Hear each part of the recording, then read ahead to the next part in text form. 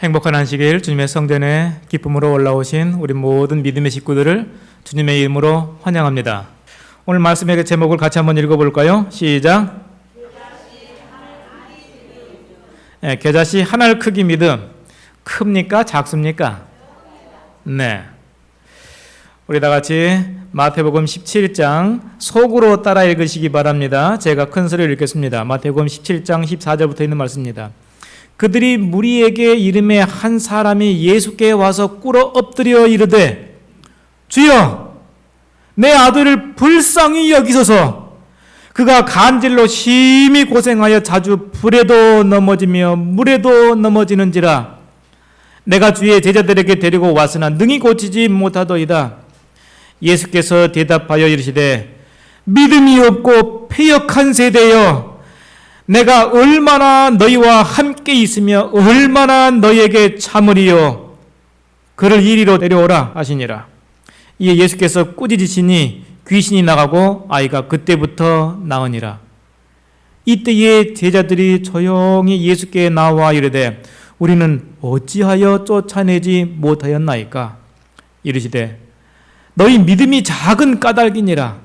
진실로 너희에게 이르노니 만일 너희에게 믿음이 겨자씨 한 알만큼만 있어도 이 산을 명하여 여기서 저기로 옮겨지라 하면 옮겨질 것이요 또 너희가 못할 것이 없으리라. 마가복음 9장에 있는 말씀을 제가 다시 한번 또 읽어드리겠습니다.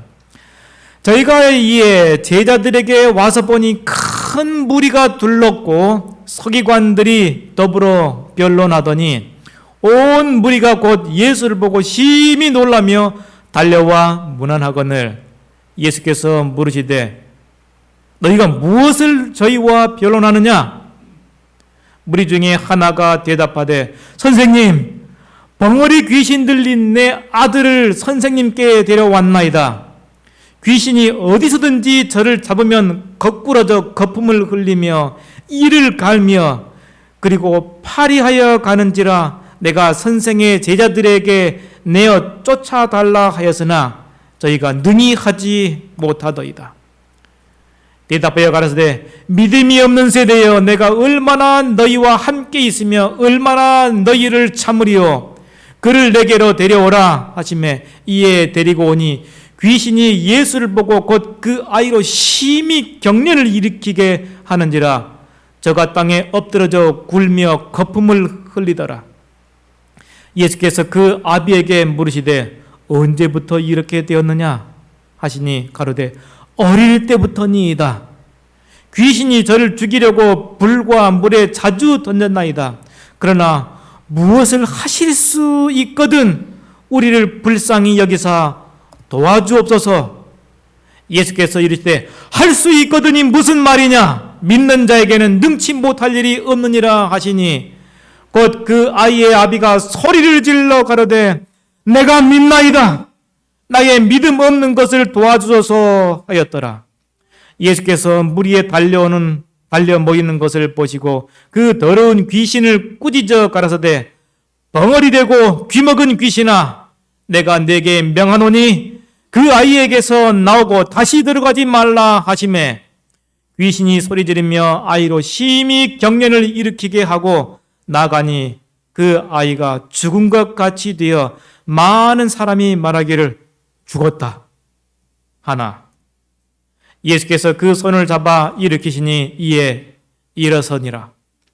집에 들어가심에 제자들이 종용이 묻자오되 우리는 어찌하여 능히 그 귀신을 쫓아내지 못하였나이까? 이르시되 기도 외에 다른 곳으로는 이런 유가 나갈 수 없느니라 하시니라. 여러분이 이 두 가지의 이 내용으로 된 이 성경 내용을 우리가 살펴보았습니다. 여기에 몇 명의 사람들이 주요 등장인물들이 몇 사람입니까? 제가 한번 세봤습니다. 등장인물. 첫 번째 누굽니까? 예수님. 그 다음에 이 변화산에 올라갔던 세 제자 베드로, 야고보, 요한. 그 다음에 9명의 그 산 밑에 있던 제자들. 그 다음에 서기관들. 그 다음에 큰 무리, 온 무리. 그 다음에 귀신 들린 아들, 이 간지라는 아들이라고 했습니다. 그 다음에 아들을 데리고 온 아버지. 맞습니까? 자, 우리가 성경을 볼 때에 이 예수님의 눈으로 전체를 볼 필요도 있고요. 그 다음에 베드로, 야고보, 요한의 마음에 들어가서 이 내용을 전체 또 볼 필요가 있고, 서기관의 눈을 가지고서 또 볼 필요가 있습니다. 그 다음에 온 백성들 무리의 눈, 그 다음에 귀신 들린 그 아이의 눈으로 그 상태를 볼 필요도 있습니다. 그 다음에 특히나 여기서 중요한 것은 아들을 데리고 온 아버지의 눈으로 보는 것이 굉장히 중요합니다. 예수님께서 일주일 전에 가이사랴 빌립보에서 베드로에게 묻습니다.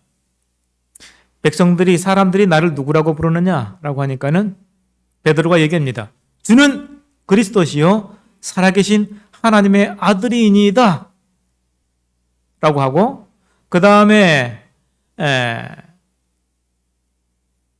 시간이 지난 다음에 6일 이후에 예수님께서 3명의 제자들만 데리고서 변화산에 올라갔습니다. 그 이야기 스토리를 지난 안식일날 우리가 들었었죠.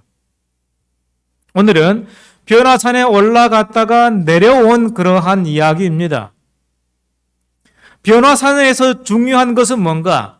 예수님께서 끊임없이 회개하라, 천국이 가까웠느니라 라고 말씀하셨습니다. 제자들도 나가서 전하기를 천국에 대해서 가르쳤습니다. 예수님께서 수많은 비유를 들어가지고 말씀하실 때에 무엇에 대해서 말씀하셨는가? 하나님 나라 천국에 대해서 말씀을 했습니다. 그래서 이 중에서 죽기 전에 하나님의 나라가 영광 중에 임하는 것을 볼 자들도 있느니라 라고 예수님께서 말씀하시고 변화산 사건을 보여주십니다. 그것은 곧 하나님께서 어떻게 이 세상에 하나님의 나라가 임할 것인지에 대한 실제적인 그러한 것들을 보여주신 것입니다. 그 전에는 예수님께서 흔히 얘기하기를 이 사람이 온전케 된 것이 하나님의 능력으로 된 것이라면, 성령의 능력으로 된 것이라면 하나님의 나라가 이미 너에게 임하였느니라라고 말씀했습니다. 하나님의 나라는 여기 있다 저기 있다 할 것이 아니요 하나님의 나라는 너희 안에 있느니라라고 예수님께서 말씀했습니다. 뿐만 아니라 예수님께서 하나님의 나라가 영광 중에 임하는 것을 변화산 사건을 통해서 보이셨는데, 그 하나님의 나라가 보니까는 뭐예요? 누구와 누구였습니까? 엘리야와 모세였습니다. 모세와 엘리야였어요. 그래서 예수님께서 변화된 그러한 모습과 하나님의 영광과 구원받은 이 사람들이 곧 무엇인가? 하나님의 나라인 것입니다. 하나님의 나라가 여러분의 마음 가운데 임해 있습니까? 그 사람이 하나님의 영광 가운데에 하나님의 영광의 나라의 백성이 되는 것입니다. 혹 사람들은 얘기합니다. 이 다볼산이 변화산 사건이 일어난 그러한 장소이다 라고 얘기하고, 또 어떤 사람들은 높은 산이라고 그랬으니까 이스라엘 백성 가운데 가장 높은 산, 헤르몬산이 가장 높은 산이라고 얘기합니다. 산 꼭대기에 뭐가 있습니까? 눈이 있죠. 자, 이게 이 이스라엘의 이 북쪽 쪽에 있는 헤르몬산에 겨울이 되면은 산이 굉장히 높기 때문에 1000m가 넘어요. 아까 봤던 이 다볼산은 약 한 650m 가까이 정도 되는데 헤르몬산은 1000m가 넘습니다. 그래서 헤르몬산이든 다볼산이든 상관은 없어요. 아무튼 이 예수님의 세 제자가 변화산에 있었던 이 사건인 것입니다. 그리고 변화산에 있다가 내려왔어요. 이스라엘이 예수님의 제자들이 뭐 했는가? 산에 오를 때에 저녁 으스름한 때 돼가지고 올라가다 보니까는 밤 돼버렸어요. 기도하고 있는 가운데에 또 꾸벅꾸벅 조는 가운데에 제자들이 예수님께서 변화된 그러한 모습을 지난 시간에 봤죠. 모세와 엘리야가 나타난 것입니다.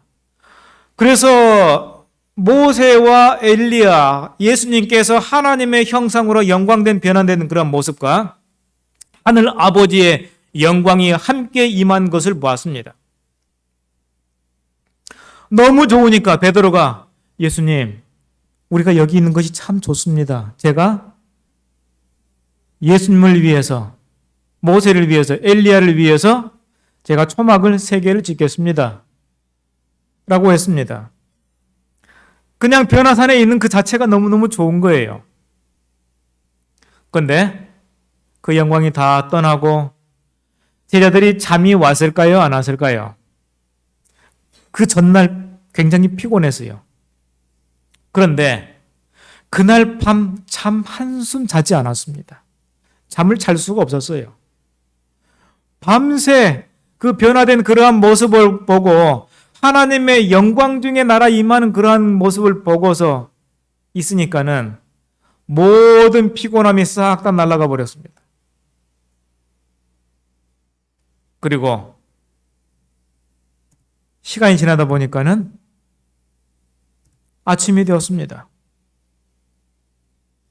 산기슭에 제자들이 있었습니다. 그런데 정말 아이를 사랑하는 너무너무 답답한 그러한 이 아버지가 이 간질, 정신병에 걸린 그 아들을 데리고 와서 예수님의 9명의 제자들한테 뭐라고 얘기해요? 내 아들을 좀 고쳐달라고 하는 것입니다. 그래가지고서 거기에 또 누구까지 왔는가 하면 서기관까지 같이 왔어요. 이 9명의 제자들은 마음 가운데에 왜 우리는 안 데려갔지? 서운했을까요? 서운하지 않았을까요? 차별하네.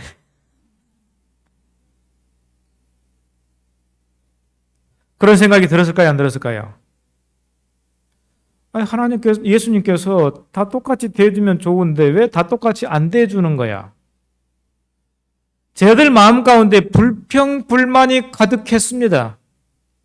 그러니 그 상태에서 아버지가 그 아들을 데리고 와가지고 고쳐달라고 할 때에 믿음이 정말 충만하고 그런 상태에서 기도했더라면 나았을 텐데 불평, 불만이 가득한 상태에서 그 아들을 고치려고 하니 고칠 수 있겠습니까? 예수님께서 2명씩 짝지어가지고 보내가지고 수많은 이적도 행하고 귀신을 쫓아내는 그러한 이 경험이 있었기 때문에 제자들이 예수 그리스도의 명하노니 그 아이에게서 귀신아 나가라라고 명했는데 귀신이 나가지 않고 더 발악을 하는 것입니다. 서기관들이 얘기합니다. 다 가짜야. 능력을 일으켜가지고 막 낫게 했다 가는 거 다 거짓말이야. 예수도 사기꾼이고 너희도 다 사기꾼이지. 그러면서 서기관들이 와가지고서 제자들한테 막 뭐라고 하니까 이 제자들이 어떨까요? 아주 창피스럽고 당혹스러운 것입니다. 그래서 서기관들은 제자들로 하여금 어떻게 해서든 좀 수치스러운 그러한 예수님을 쫓아다니는 것은 너무 창피하고 수치스러운 일이다라고 하는 것을 느끼게 하기 위해서 또 백성들로 하여금 예수 쫓아다니는 거 사기꾼에게 넘어가는 거야 라고 하는 그러한 생각이 들 수 있도록 하기 위해서 아주 교묘한 말로서 질문을 통해 가지고 예수님의 제자들로 너무너무 당혹스럽고 힘들게 만들었습니다. 그러니까는 백성들도 어떤가? 백성들도 역시나 똑같이 서기관들과 한패가 된 것입니다. 그래서 경멸과 조롱의 감정이 군중들 가운데 가득 차 있는데 예수님께서 세 제자와 함께 딱 그때 나타난 것입니다. 어땠을까요? 갑자기 비난의 소리가 딱 멈췄습니다. 예수님과 세 제자들이 가까이 오는 것을 보고 사람들은 마음이 또 갑자기 획가닥딱 바뀌어서 예수님 보자. 예수님한테 우르르 떠 있는 몰려가는 것입니다. 그날 전날, 그날 밤에 변화산에서 있었던 예수님의 얼굴에는 아직도 영광의 모습의 흔적이 그대로 남아 있었습니다. 또한 3명의 제자들 가운데에도 하나님의 영광을 경험한 그 이 광채가 여전히 3 제자에게 남아 있었어요. 그 빛은 사람들로 하여금 두렵게 만들었습니다. 제자들로 하여금 정말 곤욕스럽게 했던 제자들이 서기관들은요, 도망가 버렸어요. 예수님께서 그 백성과 서기관들에게 찾아서 말씀하십니다. 너희가 무엇을 저희와 변론하느냐? 지금 누구한테 하는 소리예요? 서기관들한테 혼내는 것입니다.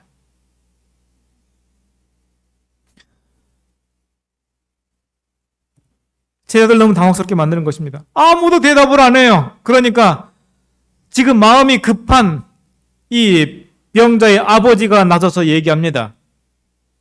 아버지가 나서서 얘기하기를, 선생님, 벙어리 귀신 들린 내 아들을 선생님께 데려왔나이다. 귀신이 어디서든지 저를 잡으면 거꾸러져 불에도 넘어지고 물에도 넘어지고 갈수록 이 팔이 해집니다. 내가 선생님의 제자들에게 쫓아달라 하였으나 저희가 능히 하지 못하더이다 라고 얘기합니다. 이 아이가 너무너무나도 힘들게 그냥 불 속에도 빠지기도 하고 물 속에 잠기기도 하고 그러한 가운데에 예수님께서 그 아이를 데려오라는 것입니다. 예수님께서 말씀하십니다. 믿음이 없는 세대여, 내가 얼마나 너희와 함께 있으며 얼마나 너희를 참으리요. 그를 이리로 데려오라. 그러자 귀신이 어떻게 해요? 그 아이를 또 이제 경련을 일으키게 하고 그냥 발광을 하게 만드는 것입니다. 예수님께서 묻습니다. 언제부터 이렇게 되었느냐? 아버지가 대답합니다. 어릴 때부터 이렇게 되었다고 하는 것입니다. 그러면서 그 아이를 보고 있으니까 너무 참혹스러운 거예요. 그래서 아버지가 얘기합니다.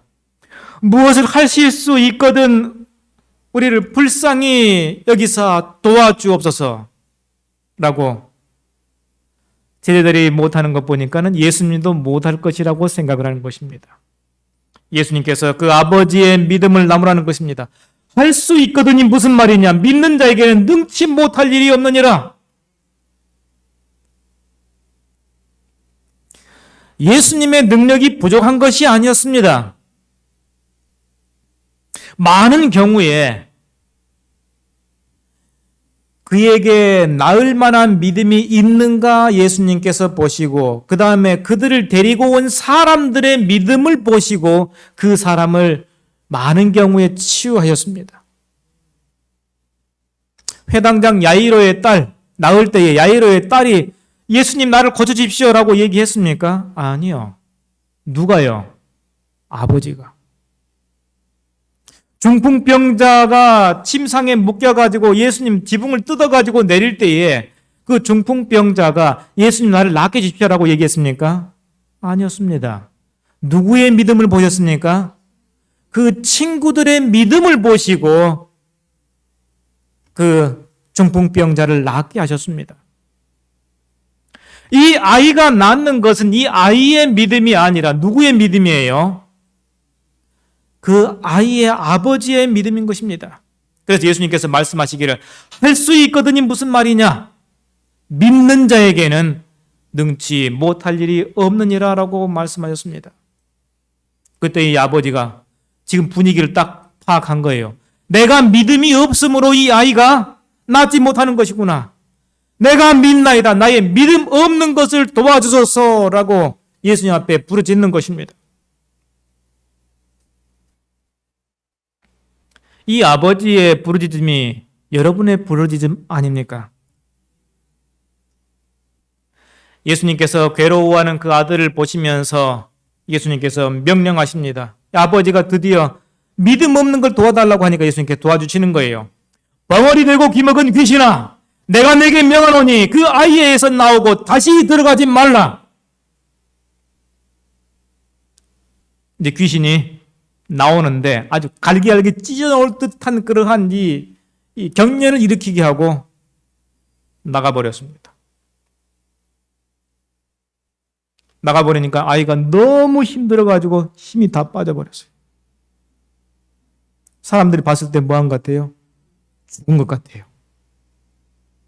그래서 사람들이 죽었다라고 하니까는 예수님께서 가까이 가서 그 아이를 손을 붙잡고 일으켜 세우십니다. 이것이 바로 예수님께서 이 세상에서 하신 일이고 우리가 또한 해야 할 일인 것입니다. 무엇을 하실 수 있거든 우리를 불쌍히 여기사 도와주옵소서. 죄에 눌린 얼마나 많은 영혼들이 그 기도를 반복하고 있는가. 그리고 동정이 많으신 주님께서는 이 모든 사람에게 할 수 있거든이 무슨 말이냐. 믿는 자에게는 능치 못할 일이 없느니라고 대답하신다. 우리를 하늘과 연결시키고 흑암의 권세와 겨루어 싸울 힘을 주시는 것은 무엇이다? 우리가 싸워서 이길 수 있는 힘은 무엇이다? 믿음이라고 하는 것입니다. 믿음.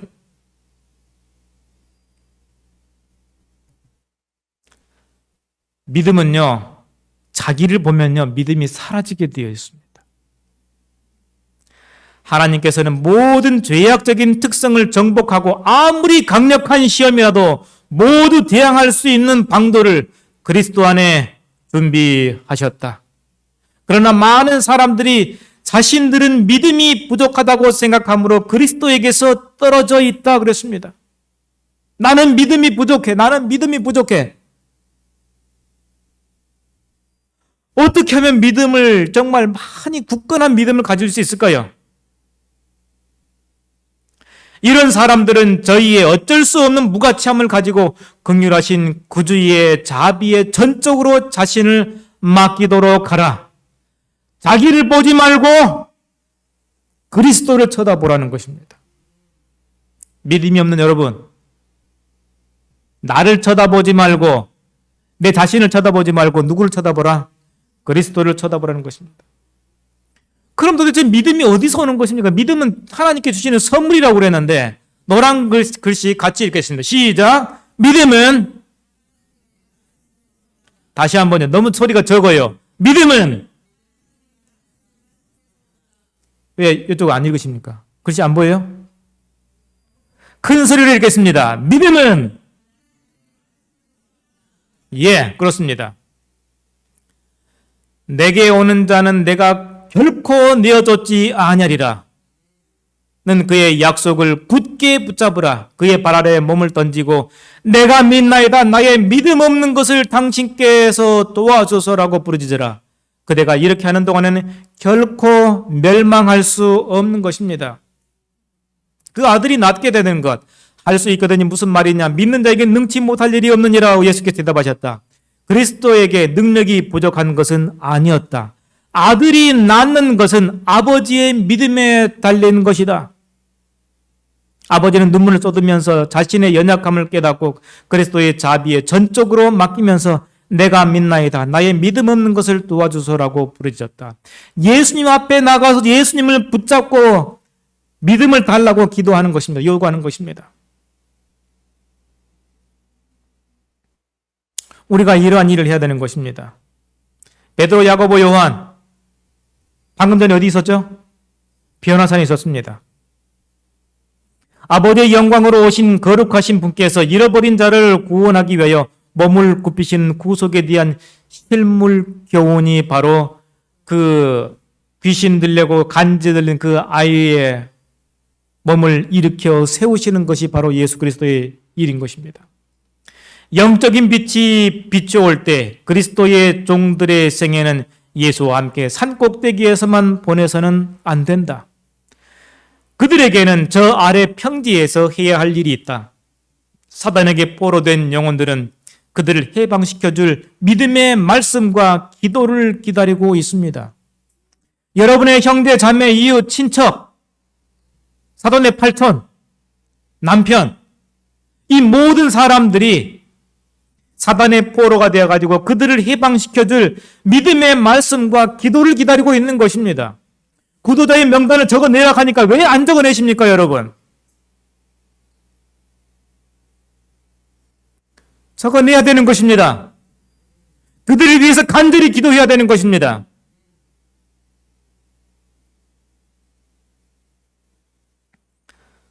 우리가 진심으로 회개하지 않고서는 올바로 설 수 없는 것입니다. 우리가 왜 정말 쓰라린 실패를 하고 정말 고통 가운데 있는가? 이유는 딱 한 가지예요. 너희의 믿음이 적은 연곤이라 라고 예수님께서 말씀하시는 것입니다. 우리 믿음이 적어요. 너희의 믿음이 적은 연곤, 진실로 너희에게 이르노니 너희가 만일 믿음이 한 겨자씨만큼만 있으면 이 산을 명하여 여기서 저기로 옮기라 하여도 옮길 것이요 또 너희가 못할 것이 없으리라. 기도 외에는 다른 것으로는 이런 유가 나갈 수 없느니라. 두 번째, 우리가 왜 하나님의 성업에 이렇게 성의가 없는가? 불신이라고 하는 것입니다. 불신. 불신과 저들에게 맡겨진 성업을 소홀히 여기는 부주의가 흑암의 권세와 쟁투에서 저들을 실패하게 하였던 것이다. 한마디로 말해서 성의가 없는 것입니다. 성의가 없어요. 전도의 걸음은 얼마 남지 않았는데 아무것도 정말 아닌 것, 이러한 것들도 정말 작은 일에 충성하는 일을 우리가 해야 함에도 불구하고 성의가 없는 거예요. 부주의한 것입니다. 그렇기 때문에 흑암의 권세와의 쟁투에서 실패할 수밖에 없는 것입니다. 믿음도 없고 성업을 소홀히 여기는 부주의, 우리는 철저히 회개해야 되는 것입니다. 믿음이 왜 없습니까? 믿음은 어디서 온다고요? 하나님의 말씀에서 나오는 것입니다. 로마서 10장 17절 다 같이 읽겠습니다. 시작!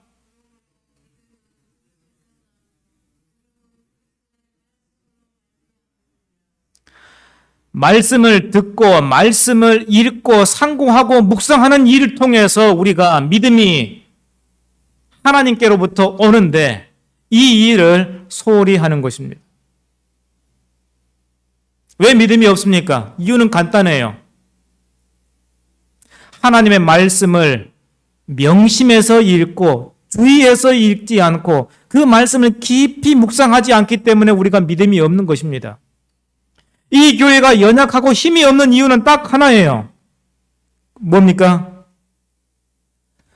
말씀을 통해서 믿음이 더해져야 되는데 말씀을 보지 않고 말씀을 연구하지 않기 때문에 그런 것입니다. 제가 이 목포 중앙교회 발령받은 이후로 계속해서 강조하는 것이 바로 이 내용인 것입니다. 믿음 없다고 믿음 없는 소리만 하는 것이 아니라 말씀을 읽고 연구하고 묵상을 하시기 바랍니다. 지금이라도 늦지 않은 것입니다.